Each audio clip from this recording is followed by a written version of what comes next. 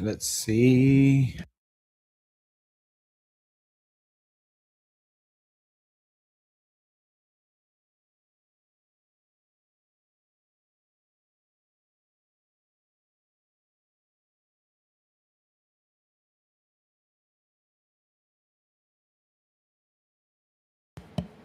Test, test, test. Okay.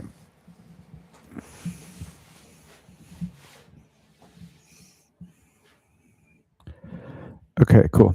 I think we are live. All right. So it is February 1st, and I am going live with today's reading since, we're continuing to do this. I know this past week I had it on the schedule, which I think I'm going to continue to do on the schedule. But for now, since we're going into a new book, I was like, it's Sunday. Let me jump on here and let's see what we do and just get this daily reading. So I'm actually really excited because we just finished the book of Job, right? And obviously, Job, man, it's just such a powerful book, such an awesome book. But now we are going to be going into the book of Exodus. So, with the chronological Bible, we're kind of jumping around from different books. So it's the Bible is taking us through a chronological order of events.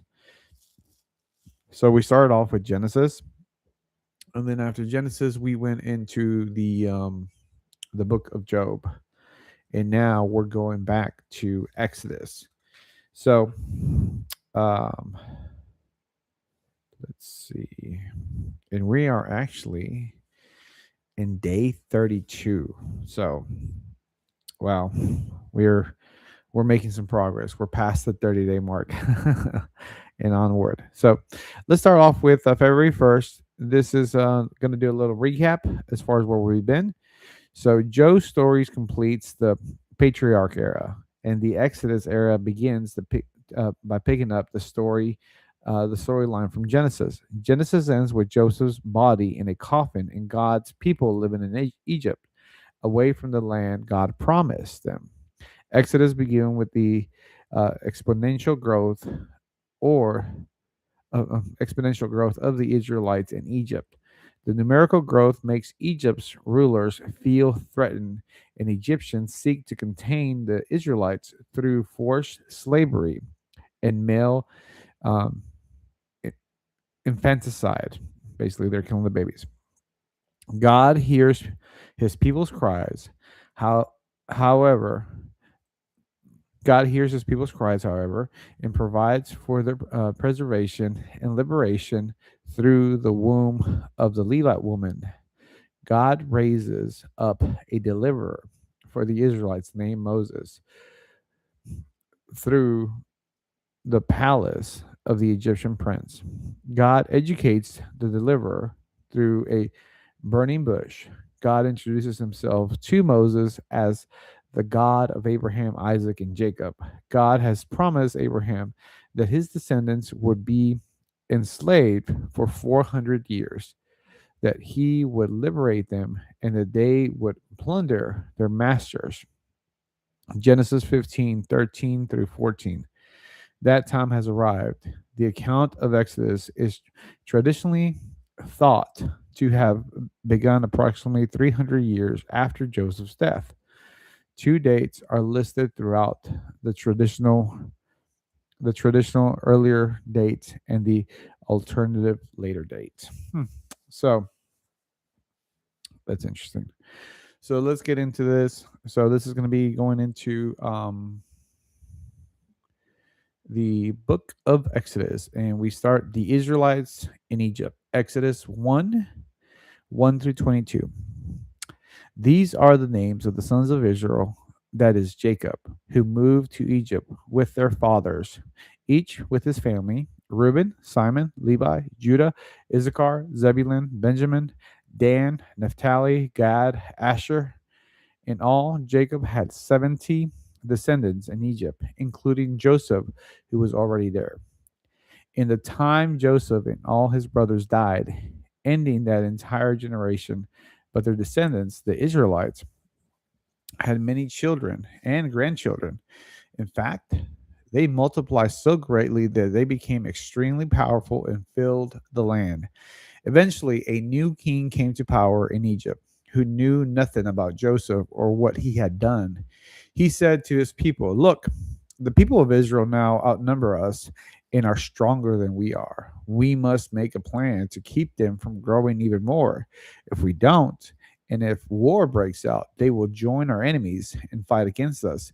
Then they will escape from the country." So the Egyptians made the Israelites their slaves.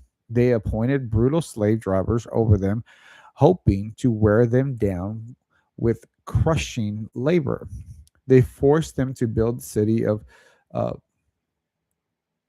Pi- Python and Ramses as supply centers for their king.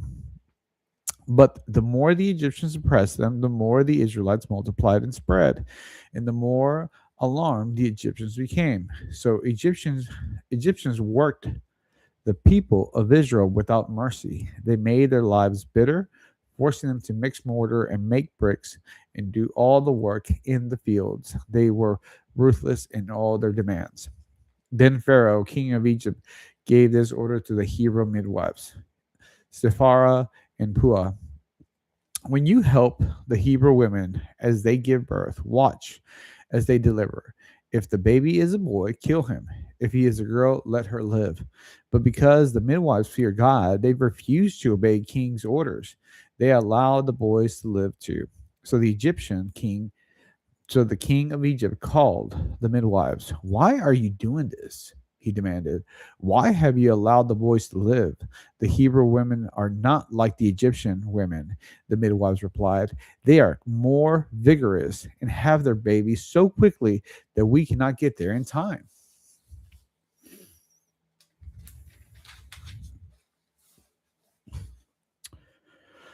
So God was good to the midwives, and the Israelites continued to multiply, growing more and more powerful. And because the midwives feared God, he gave them families of their own. Then Pharaoh gave this order to all his people: "Throw every newborn Hebrew boy into the Nile River, but you may let the girls live." The birth of Moses, Exodus 2 1 through 10. About this time, a man and a woman from the tribe of Levi got married. The woman became pregnant and gave birth to a son. She saw that he was a special baby and kept him hidden for 3 months. But when she could no longer hide him, she got a basket made of papyrus reeds and waterproofed it with tar and pitch. She put the baby in the basket and laid it among the reeds along the bank of the Nile River. The baby's sister then stood in the distance and watched to see what would happen to him. So Pharaoh's daughter came down to bathe in the river, and her attendants walked along the riverbank. When the princess saw the basket among the reeds, she sent her maid to get it for her. When the princess opened it, she saw the baby.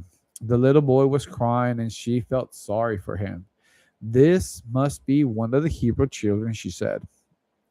Then the baby's sister approached the princess. "Should I go and find one of the Hebrew women to nurse the baby for you?" she asked. "Yes, do," the princess replied. So the girl went and called the baby's mother. "Take this baby and nurse him for me," the princess told the baby's mother. "I will pay you for your help." So the woman took her baby home and nursed him. Later, when the baby boy was older, his mother brought him back to Pharaoh's daughter, who adopted him as her own son. The princess named him Moses, for she explained, "I lifted him out of the water." Moses escapes to Media. Exodus 2 11 through 25.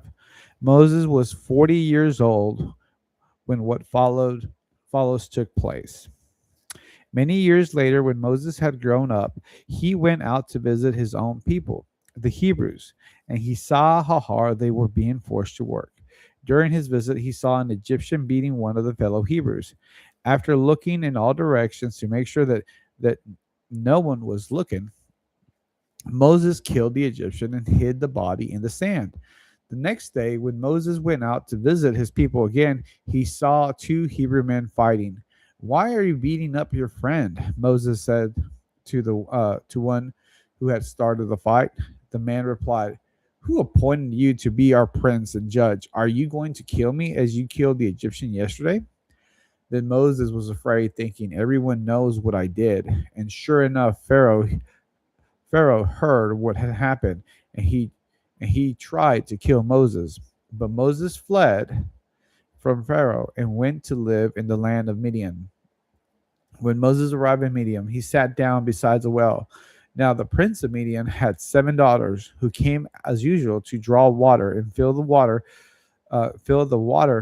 troughs for their father's flock.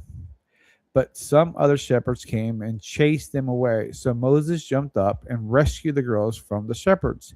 Then he drew water for their flocks.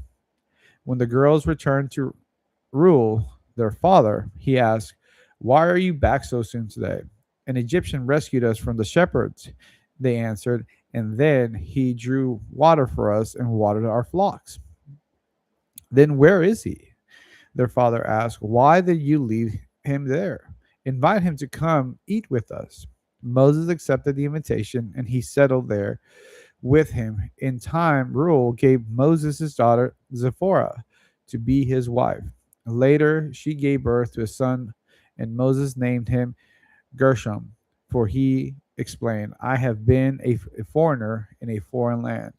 Years passed, and the king of Egypt died. But the Israelites continued to groan under their burden of slavery. They cried out for help, and their cry rose up to God. God heard their groaning, and he remembered his covenant promise to Abraham, Isaac, and Jacob.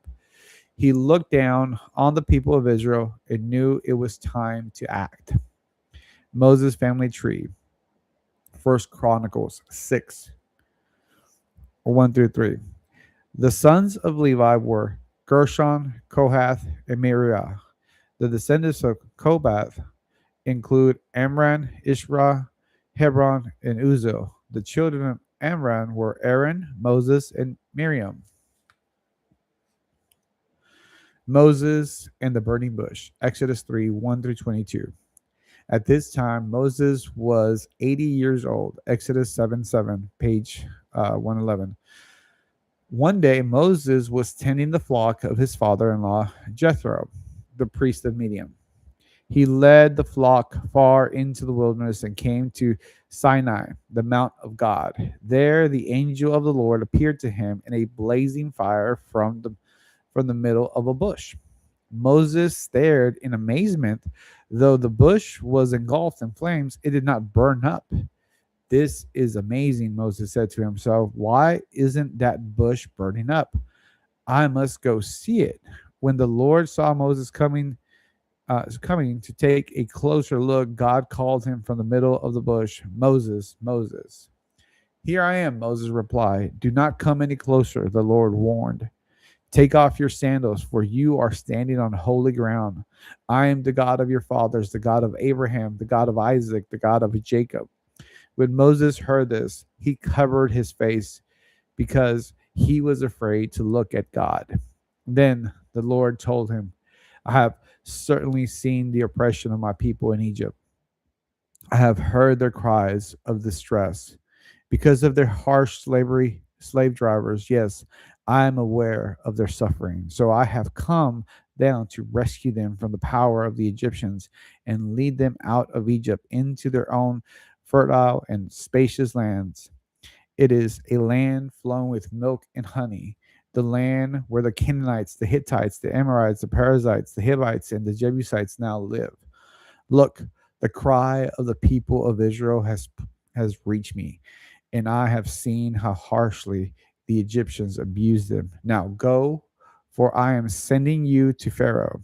You must lead my people Israel out of Egypt." But Moses protested to God, "Who am I to appear before Pharaoh? Who am I to lead the people of Israel out of Egypt?"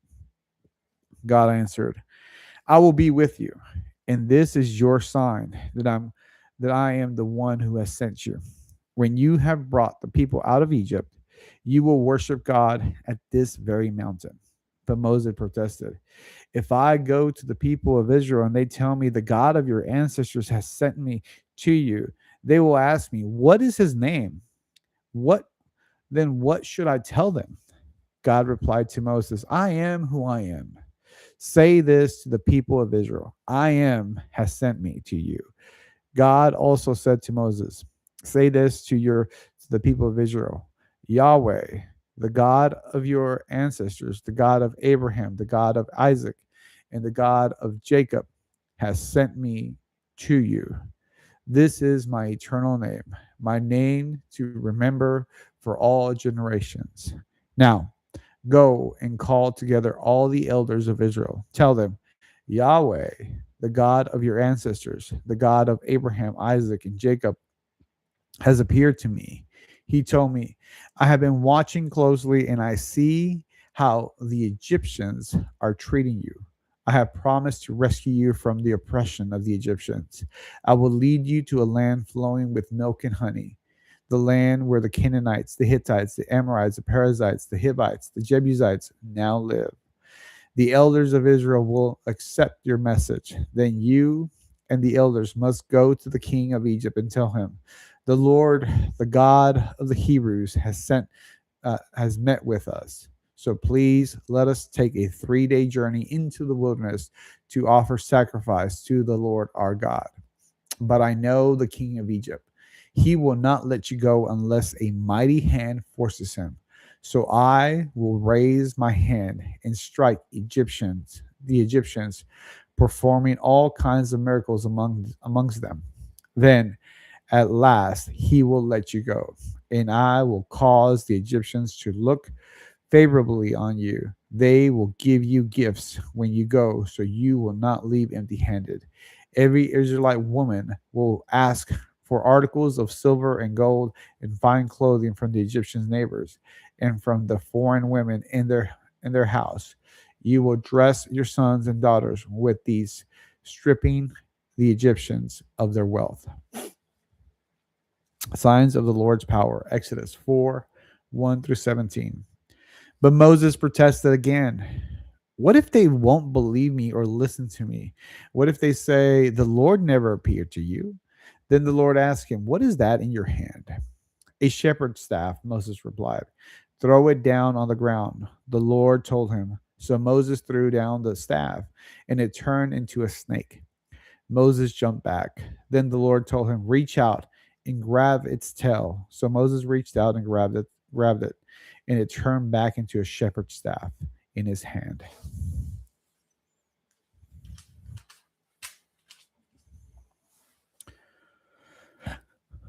Perform this sign, the Lord told him. Then they will believe that the Lord, the God of their ancestors, the God of Abraham, the God of Isaac, and the God of Jacob, really has appeared to you. Then the Lord said to Moses, now put your hand inside your cloak. So Moses put his hand inside his cloak, and when he took it out again, his hand was white as snow with a severe skin disease. Now put your hand back in your cloak. The Lord said to Moses, put his hand back in, and when he took it out again, it was as healthy as the rest of his body. The Lord said to Moses, if they do not believe you and are not convinced by the first miracle sign, they will be convinced by the second sign. And if they do not believe you or listen to you, even after these two signs, then take some water from the Nile River and pour it out on dry ground. When you do, the water from the Nile River will turn into blood on the ground. But Moses pleaded with the Lord, oh Lord, I'm not very good with words. I never have been, and I'm not now, even though you have spoken to me. I get tongue tied and my words get tangled. Then the Lord asked Moses, who makes a person's mouth? Who decides whether people speak or do not speak? Hear or do not hear or do not hear? See or do not see? It is it not I, the Lord? Now go. I will be with you as you speak, and I will instruct you in what you say. But Moses again pleaded, Lord, please send someone else, anyone else. Then the Lord became angry with Moses. All right, he said, what about your brother Aaron, the Levite? I know he speaks well, and look, he is on his way to meet you. He will be delighted to see you. Talk to him and put the words in his mouth. I will be with both of you as you speak, and I will instruct you both in what to do. Aaron will be your spokesman to, to the people, he will be your mouthpiece, and you will stand in the place of God for him, telling him what to say. And take your shepherd's staff with you and use it to perform the miraculous signs I have shown you. All right, so that ends day 32 of the reading. It's just interesting to hear the story. It's the Lord, the God of the universe, the creator of man, and here is his creation arguing with him of like, hey, I get tongue tied. And even when the Lord is saying, who made you? Who made your mouth? Um, Moses has the chutzpah, as the Jewish people like to say, to argue with the Creator and say, like, yeah, I know you made me, but I don't know if I can do it. And it's amazing that God's like, okay, I'm not gonna force you. I am not gonna force you. I'm telling you, you can do it, but I'm not gonna force you. So how about your brother? We'll add your brother to the mix. And it just shows God's grace throughout this entire story, right? It starts off with um, King or Pharaoh commanding the midwives to kill all the babies, but because they disobeyed Pharaoh and protected the babies, the Hebrew babies, then God blessed them. Like God showed them mercy, right? Gave them their own families. And then